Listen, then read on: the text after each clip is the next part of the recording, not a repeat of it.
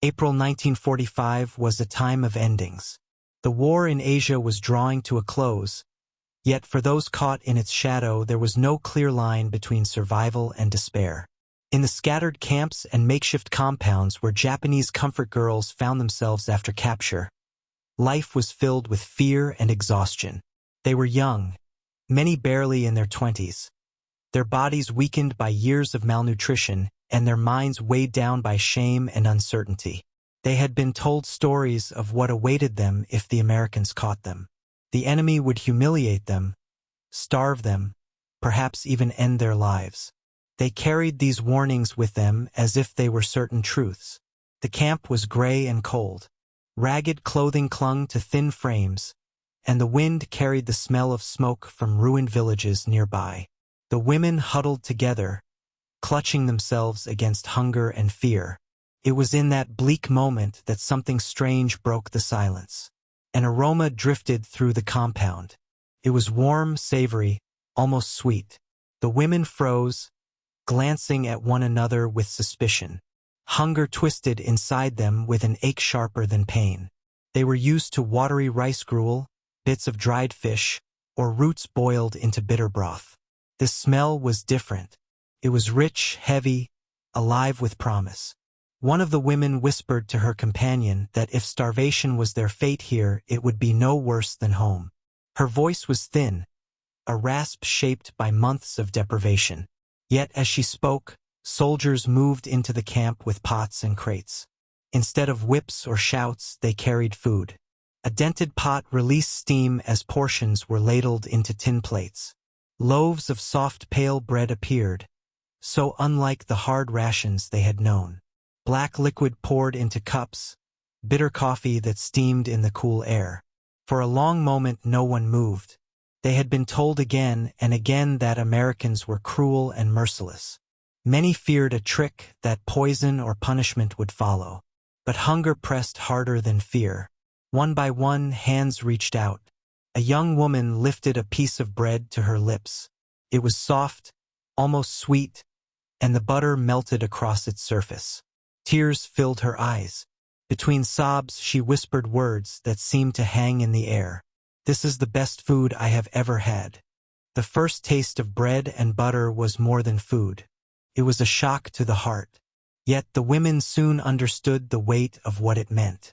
The stakes were clearer than they had ever imagined. For years they had lived on scraps. Their daily meals had been thin rice gruel, bits of dried fish when it could be found, and roots or weeds pulled from the ground to trick the stomach into silence. Sugar was a memory. Fat was almost unknown. Many had lived for months on less than 1,000 calories a day. Bodies had thinned. Cheeks had hollowed. Strength had drained away until every step felt like carrying stone. In that state, they had expected captivity to be another form of punishment. They had been told that the Americans were not human. They were raised on warnings that capture meant cruelty. Leaders and officers spread propaganda that the enemy would humiliate them, starve them, and use them without mercy. Many believed it. The fear of it was stronger than the cold. So when the soldiers came with food instead of blows, the shock was as deep as the hunger. The stakes of that moment could not be ignored. If the Americans had chosen vengeance instead of mercy, the women would have wasted away. Starvation was already their companion. It had been their shadow for years. To face more of it under the watch of an enemy would have broken their will. Death would have been only a matter of time. But the food was there, steaming and strange, full of richness they had forgotten. In that simple act of feeding, survival opened before them again. The irony was sharp. To the soldiers in uniform, the food was routine. Spam from tins, bread from field ovens, powdered eggs, coffee brewed strong and bitter. Many of them mocked it, groaned at the thought of another can of meat, cursed the monotony of the rations. They longed for the food of home, for pies and fresh vegetables and meals cooked in kitchens rather than field camps. But to the women behind the wire, the very food the soldiers despised was a banquet. Each slice of bread was more than survival. It was proof that the future might not be only pain. Some of the women wept as they ate. Others laughed bitterly at their own surprise. They had dreamed of food like this in their weakest hours but never expected to taste it again. Yet there it was, filling their mouths, softening their hollow stomachs. For a moment the war outside the fences seemed distant, almost unreal. Inside the camp they were not starving. They were eating better than they had in years. But the stakes went deeper than empty stomachs. To accept the food was to confront the lies that had shaped them. Every bite whispered a question. If the Americans were the monsters they had been told to fear, why did they give bread instead of beatings? Why did they pour coffee instead of poison? The act of eating became an act of doubt, and doubt was dangerous. It meant the stories of the past might not have been true. It meant the lines between friend and enemy were not as sharp as they had believed. This conflict of feeling spread through the camp. Hunger battled with pride. Gratitude wrestled with shame. Some refused the meals at first, clutching their pride tighter than their hunger. But most gave in because the need for food was stronger than words. Every meal forced a choice. To eat was to live, but it was also to admit that mercy could come from hands they were taught to despise. In the end, survival won. One by one, the women accepted their portions. The bread softened their cheeks. The coffee warmed their hands. The meat filled their bellies. Each meal was another day of life. Yet with every bite they also felt the sting of betrayal. Their leaders had left them starving. Their captors fed them. The stakes of this truth cut deeper than hunger ever had. Hunger could be endured. Shame could not be so easily swallowed. As the days passed, the women began to realize that the food was not a single act of kindness. Came again the next day and the day after. Routine replaced suspicion. Hunger no longer meant terror. Instead it meant waiting for the clang of pots and the rising steam. The stakes of their lives had changed.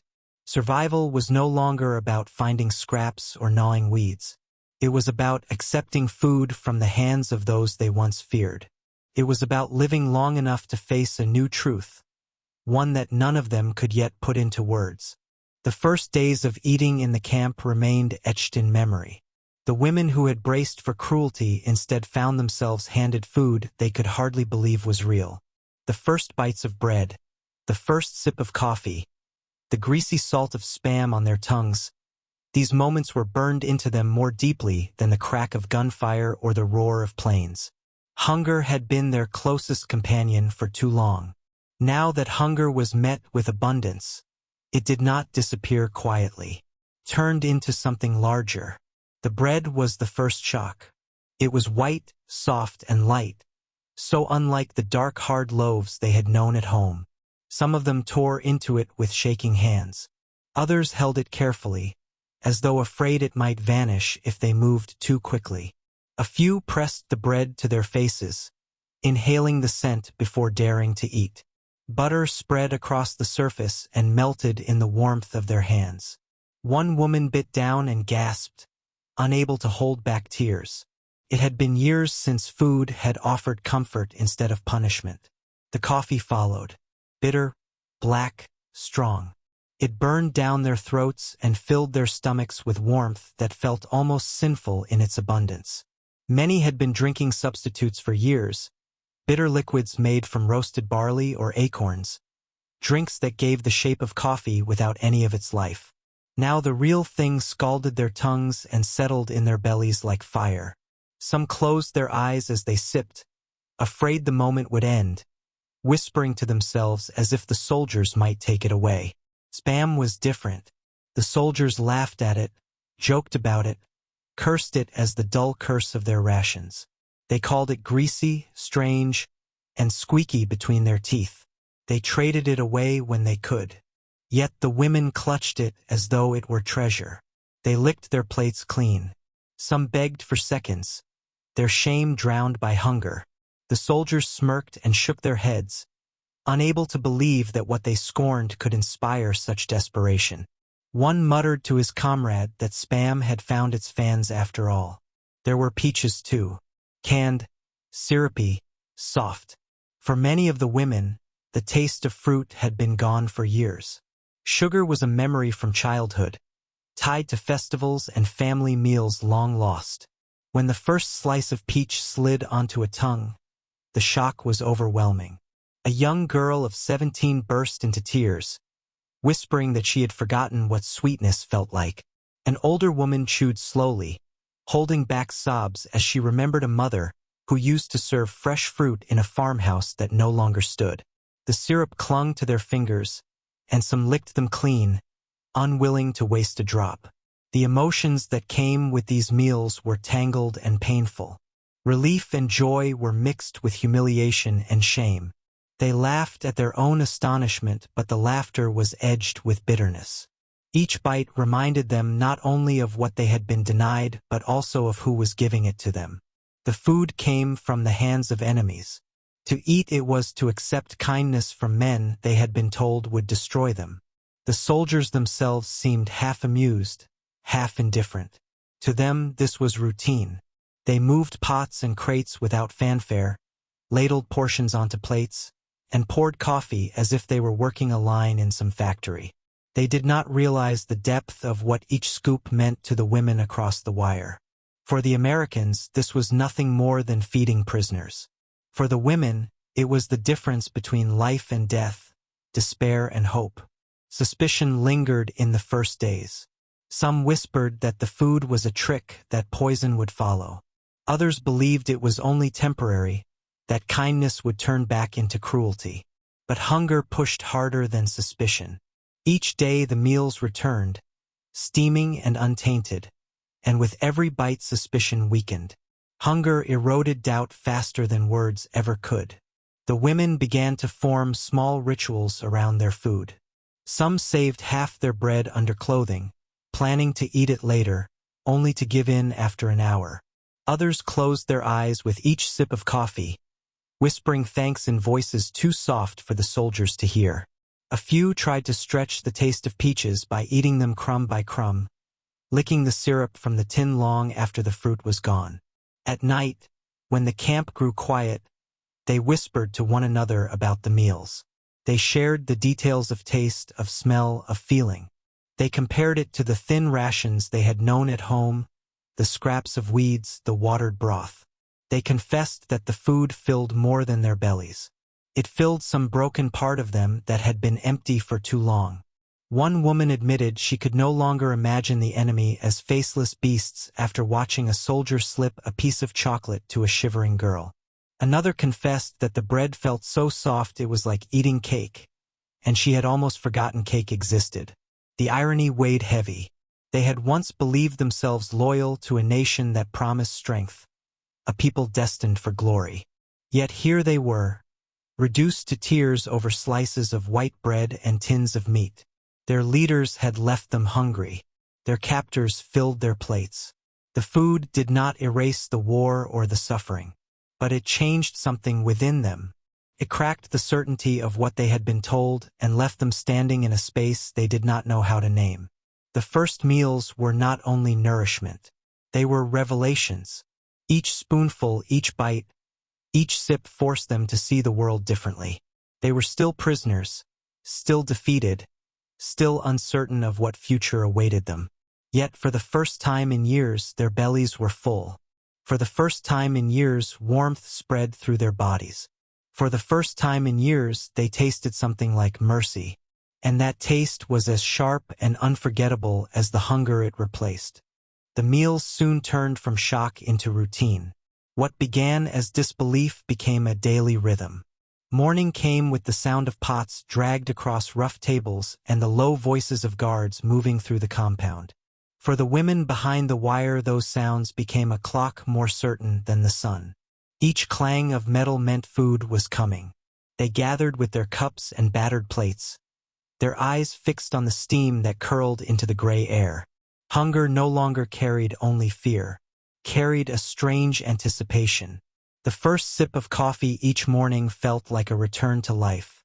It was bitter, strong, and it burned down into empty stomachs with a heat that seemed impossible.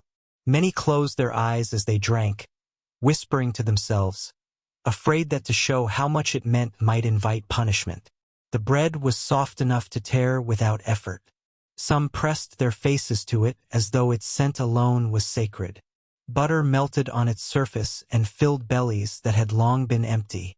A woman sometimes tried to save half her slice, hiding it in clothing, but hunger always defeated resolve.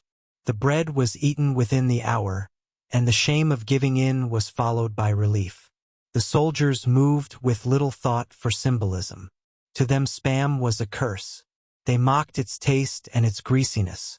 They traded it when they could. Yet across the wire women held it as treasure. They licked their plates clean. They ate with such hunger that the soldiers could not help but laugh. Some shook their heads in disbelief. One soldier muttered that Spam had finally found its admirers. To him it was only a joke, but to the women it was salvation. Numbers revealed the contrast in cruel clarity. German civilians had often survived on 1,000 calories a day in the final year of war. Japanese women had known similar shortages, their diets stripped down to scraps and roots. The American ration, by contrast, was designed for 3 times that amount. Bread, meat, coffee, peaches, chocolate, powdered eggs, all supported by a machine that fed millions of men. To the women behind the wire, these numbers became flesh. Their faces filled out. Hollows beneath their eyes softened. Even laughter began to return, hesitant at first, but real. Still suspicion lingered. Whispers spread that the food was a trick, that one day it would stop, that kindness was only bait for cruelty. Others spoke of poison, of hidden motives. Yet each day the food came, steady and unchanging. Each day the coffee steamed and the bread was warm. Fear dissolved beneath the rhythm of nourishment. The truth of their own bodies, filling again with life, was harder to deny than the words of any speech they had once believed. In the evenings they spoke of what the food meant. One remembered bread so soft it felt sweeter than the cakes of her childhood. Another confessed that kindness shamed her more than hatred. They had been told that Americans would be merciless. Yet here were young men pouring coffee with shy smiles, muttering about home and family. The food was undoing something deeper than hunger. It was undoing belief itself. There was irony in every meal. Soldiers complained about rations and laughed when prisoners treated them as gifts. One tried to trade away Spam for cigarettes, only to watch a woman clutch it to her chest like treasure. Another teased that their captives were becoming fans of American cooking. The women did not answer. They were too busy eating, though a faint smile sometimes betrayed their thoughts. Personal memories surfaced with each bite. A girl of 17 remembered canned peaches as the first true sweetness she had tasted in years, and she wept until her hands shook. An older woman recalled stealing food in her village during shortages. Ashamed but desperate. Now she was given more than she could finish. The food stirred grief as much as gratitude. It reminded them of homes destroyed, of families lost, of lives that would never return. Food became more than sustenance. It became a language that carried meanings too heavy for words. Every slice of bread was both mercy and accusation. Every cup of coffee was both comfort and shame. The women could not deny what they tasted. They could not deny that the enemy had fed them better than their own people had in the final years. To eat was to live. To eat was also to question. And with each passing day the questions grew sharper, heavier, more impossible to silence. The food did more than fill empty stomachs. It began to change how the women saw themselves and the world around them. Hunger had been a weight they carried for years. Now that weight lifted, and in its place came questions they had never dared to ask. If the enemy could feed them, what else had been a lie? If mercy could come from hands they were told would be cruel, what did that say about the people who had starved them? Each meal was not only nourishment but a quiet test of belief. The women began to see the soldiers differently. At first they avoided eye contact, afraid of insult or punishment. Slowly that fear softened. They saw young men, many no older than themselves, joking with one another, scribbling letters home, laughing at the same rations that their captives treated as treasure. A soldier slipped a piece of chocolate to a shivering girl, embarrassed when she wept as she tasted it. Another poured extra coffee with a sheepish smile. These small gestures were not grand, yet they carried more power than speeches. They broke apart the image of faceless monsters and replaced it with something harder to hate. At night, the women whispered their feelings. Some admitted gratitude, though it shamed them to say it aloud. Others confessed that the food reminded them of childhood, of mothers baking bread or serving rice balls on festival days. These memories came with tears. They were forced to remember not only what they had lost, but also what had been hidden from them. For years they had been told the enemy was without mercy. Yet each bite proved otherwise. Still there was conflict within them. Gratitude pulled one way, pride pulled the other. Some fought against the food, holding on to defiance as if it were the last piece of loyalty they could keep. They sat stiff and refused to eat, though their eyes followed every plate. Most gave in when hunger tore at them. The shame of accepting bread from an enemy was sharp, but the relief of survival was stronger. The women felt that shame deepen with every bite, and yet they kept eating. The food also became a marker of change in their bodies. Cheeks filled out, skin softened, and voices grew stronger. Laughter, faint at first, returned in stolen moments. Soldiers noticed and wrote about it in letters home. They told of women who clutched bread like treasure, of faces brightening after chocolate, of captives who smiled faintly when offered seconds of coffee. For the soldiers, it was a reminder of how much the war had destroyed. What they considered ordinary became a miracle in the eyes of those they had captured. For the women, the change went deeper. The food forced them to reckon with betrayal. Their leaders had promised strength and glory, yet they had been left hungry and broken. Their captors, who were supposed to be merciless, gave them nourishment. Each meal asked a question that grew harder to ignore. Who had been the true betrayer? The enemy who fed them or the leaders who starved them? The questions did not always lead to comfort. Some women wept as they ate, unable to bear the kindness. Others laughed bitterly, mocking their own astonishment. Many were silent, lost in thought as they chewed each bite slowly. The food filled their bellies, but it also unsettled their minds. It cracked open certainties and left space that shame and confusion rushed to fill. The transformation was quiet but steady. Every morning they lined up with less fear. Every day suspicion weakened. Every night their whispers carried more doubt about what they had once believed. They saw the soldiers as young men, tired and human. They saw themselves as more than victims because survival itself felt like defiance. And through it all, the food became the bridge between what they had been taught and what they could now see. By the time weeks had passed, the women understood that the meals were more than rations. They were revelations. Bread meant mercy. Coffee meant warmth. Chocolate meant joy long forgotten. Spam, mocked by soldiers, meant survival. These meanings sank deeper than hunger, deeper than pride. They carried the weight of a truth that none of them could escape. The world was not what they had been told. Mercy was possible, even from those they had been ordered to fear. And that truth was both their greatest comfort and their sharpest wound. The food did not remain just food. It became something larger, something that forced the women to see the world with new eyes. At first it was only shock. Bread was soft, coffee was bitter, and chocolate was sweet beyond memory. But after days passed and the meals continued, the shock turned into reflection. Each bite asked questions that none of them had answers for. If the enemy could feed them, what else had been a lie? If kindness could come from hands they were told to fear, what did that say about the leaders who had left them starving? The soldiers were not what the women had expected. They were young, sometimes clumsy, sometimes joking. They complained about spam, about the taste of rations, about the dull routine of meals. To the women, these same rations were treasures. The soldiers did not seem to notice the meaning of what they gave. They ladled out portions without thought, poured coffee with tired hands, and laughed among themselves as if it was all nothing. Yet the women could not look at it that way.